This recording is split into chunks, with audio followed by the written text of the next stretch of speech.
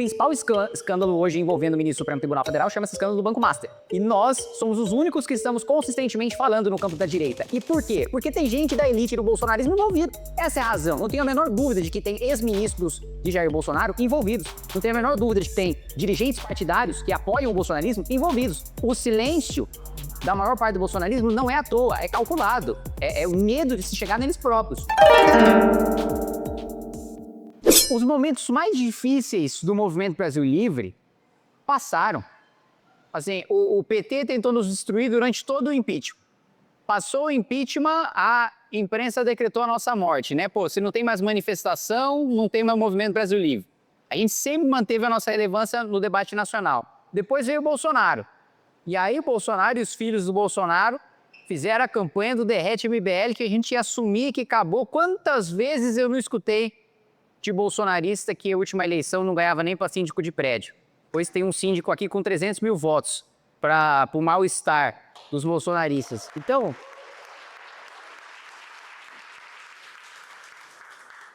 quando todas as maiores forças políticas do país tentaram nos destruir, nós sobrevivemos. E não só sobrevivemos, como a gente conseguiu montar o partido político. Coisa que uma pessoa com caneta do presidente da República na mão não conseguiu fazer. E, mais uma vez, surpreendendo a imprensa, surpreendendo a classe política, que quando saiu o partido, o pessoal falou, opa, saiu o partido MBL, dá tempo de fazer alguma coisa contra? Não dá, porque não acreditavam que ia sair. Uma das maiores vantagens que a gente tem é nos subestimarem. Porque quando a gente consegue, aí não dá mais tempo de fazer nada.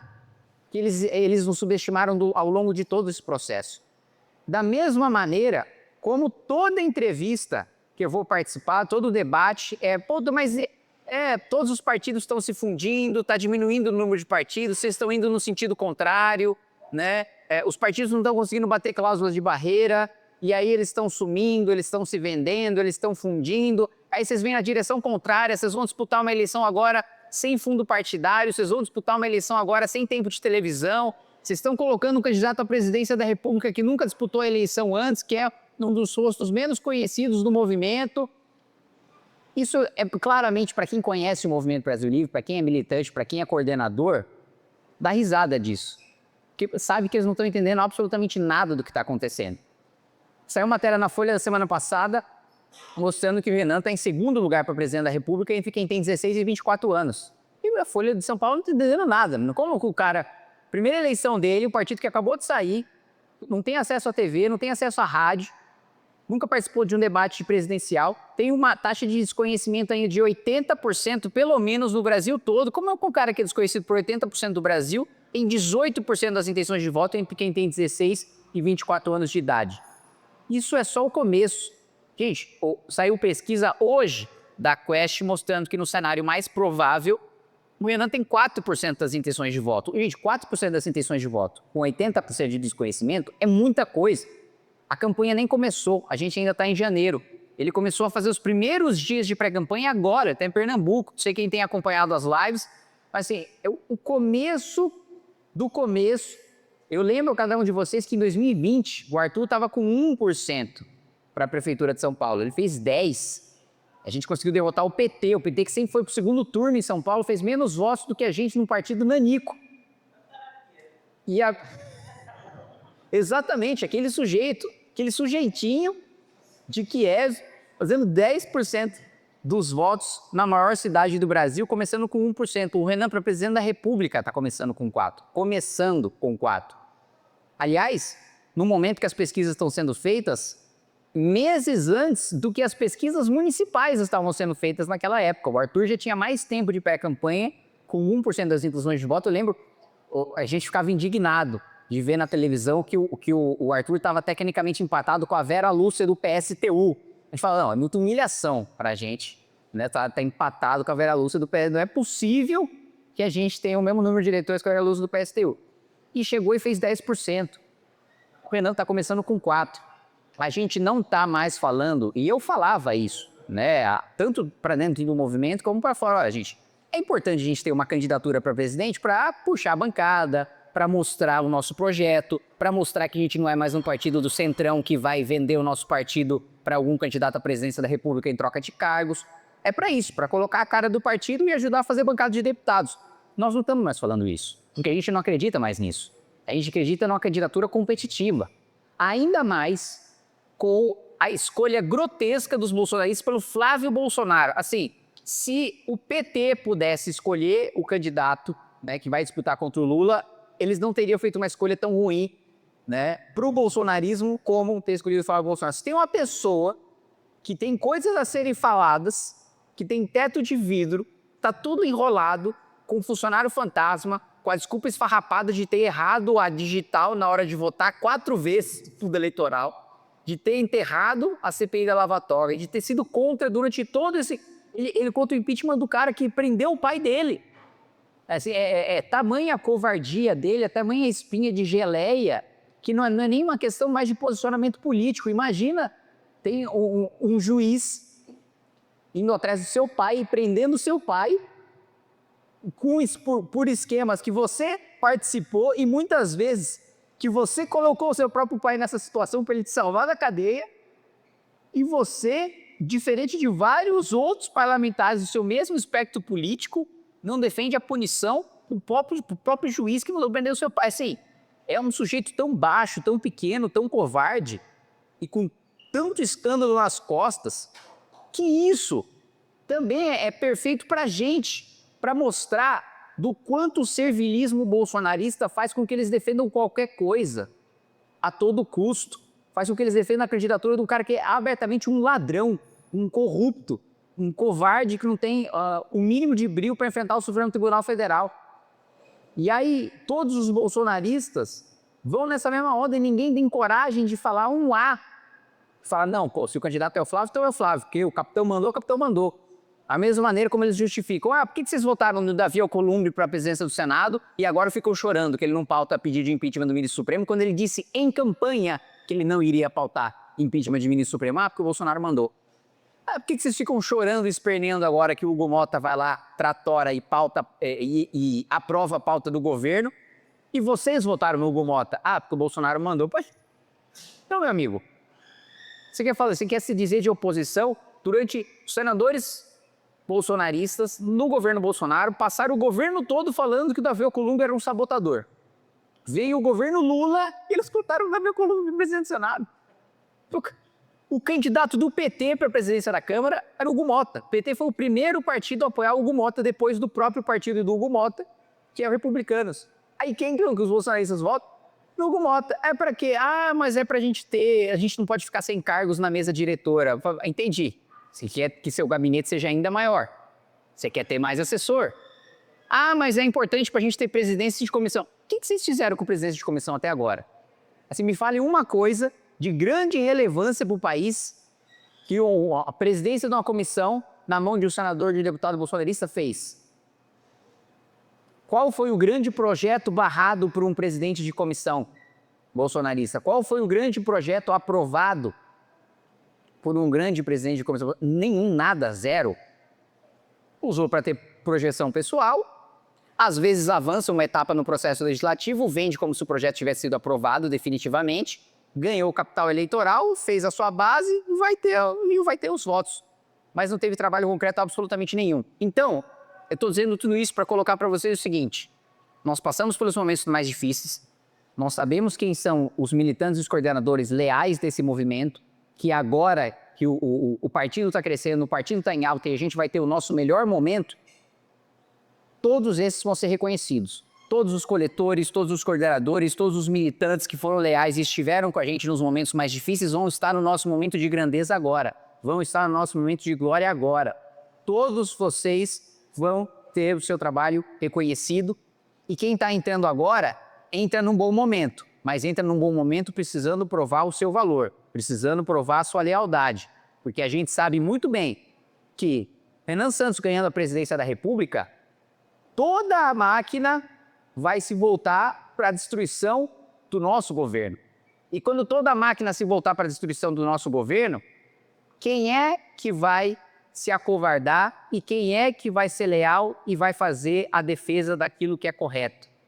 Porque é fácil defender aquilo que é correto quando é popular.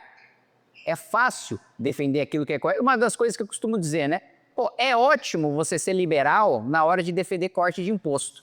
Só que para cortar imposto você precisa cortar gasto. Quantos lá na Câmara defendem corte de gasto? Várias e várias PECs para criar despesa obrigatória aprovado com 400 votos. Assim, assim, eu estou acostumado a perder na Câmara, né? Toda semana. Né? O meu trabalho é perder, né? Profissionalmente, todas as semanas. Com raros momentos de vitória, mas importantes momentos de vitória. Agora, de passarem um caminhão assim de 400 votos, com o voto da esquerda e da direita, é triste de se ver. Né? Que aí, nesse momento, ninguém quer se desgastar. Ah, porque o sindicato tal vai vir atrás de mim, porque a categoria tal vai vir atrás de mim, e não sei o quê. Isso quando não é uma oposição por oposição burra. Eu estou vendo deputado bolsonarista agora ser a favor de autoescola só para fazer oposição ao Lula. Falando, gente, não é possível. Vocês estão querendo dar um presente para ele, né? Assim, vocês terminaram a quarta série, assim, vocês tiveram algum problema cognitivo ali quando vocês eram crianças, porque não é possível vocês entregarem de bandeja um negócio desse. Se tem uma coisa que é impopular desse país, é a autoescola. Assim, Detran, Receita Federal, autoescola. Puta, eu vou falar uma coisa assim, mas eu não sei se eu vou ofender o estabelecimento. Mas cardápio de QR Code, coisa que... Desculpa, eu não sei se aqui é de QR... Não sei se aqui é de QR Code, mas assim, é uma coisa que... Essa é ótimo. Então, assim, é uma coisa que todo mundo odeia. Aí o cara vai lá e vai defender a autoescola pra fazer oposição ao sentido. Tipo, E não esquece do hambúrguer de luva preta também, viu? hambúrguer de luva... O que é hambúrguer de luva... Ah, fazer o hambúrguer com a luva... Que negócio de luva preta, ó. Mas não é hambúrguer. Qualquer coisa que o cara faça carne com a luva preta ali pedágio também, sim. É a mesma coisa que você passasse a defender só pra passar pano pro seu lado político ou pra querer fazer uma oposição incapaz. Então o ponto é o seguinte. Nós vamos eleger uma bancada assustadora de deputados federais. Nós vamos eleger uma bancada assustadora de deputados estaduais. Inclusive, esse sujeito aqui que está do meu lado será eleito. Ele tem maior de uma vez.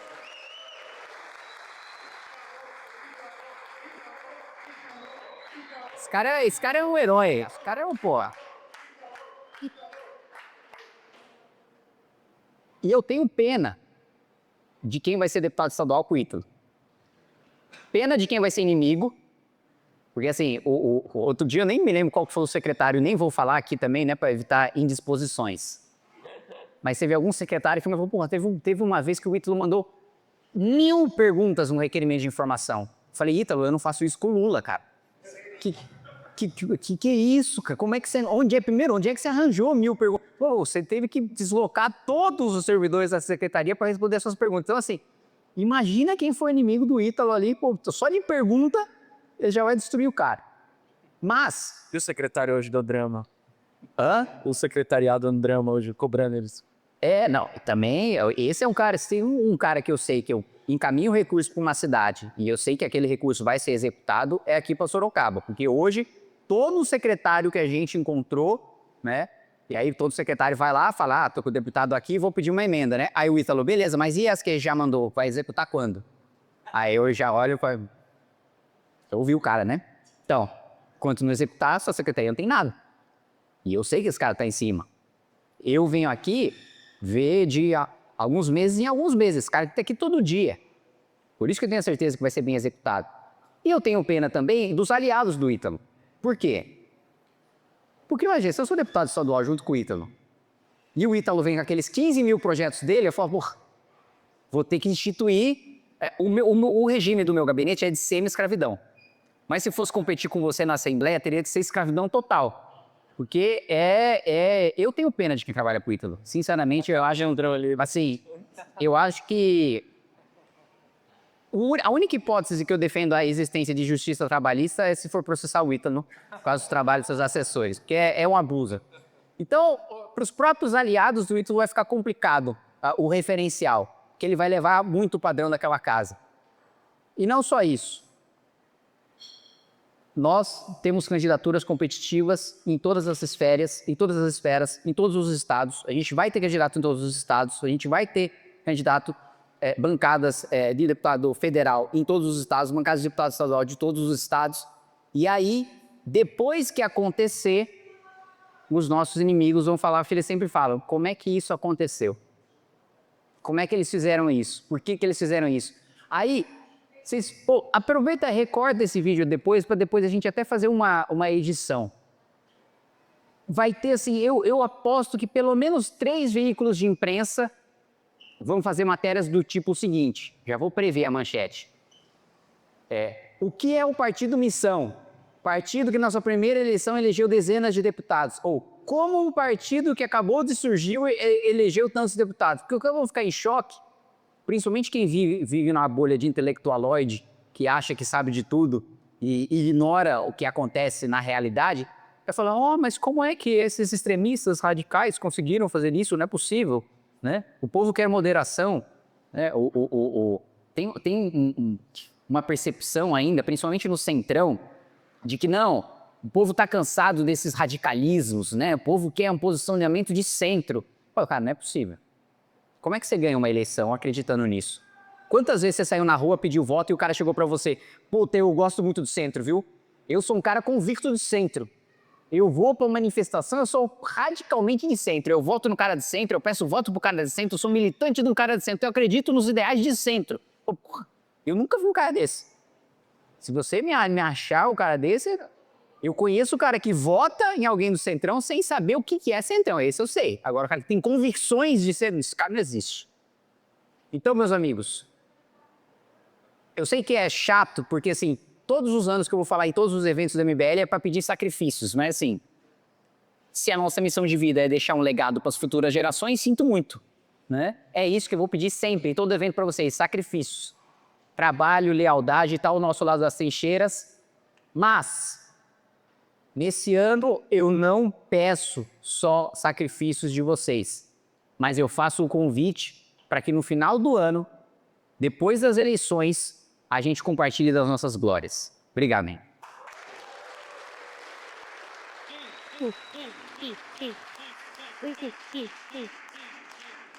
O principal escândalo hoje envolvendo o ministro do Supremo Tribunal Federal chama-se escândalo do Banco Master.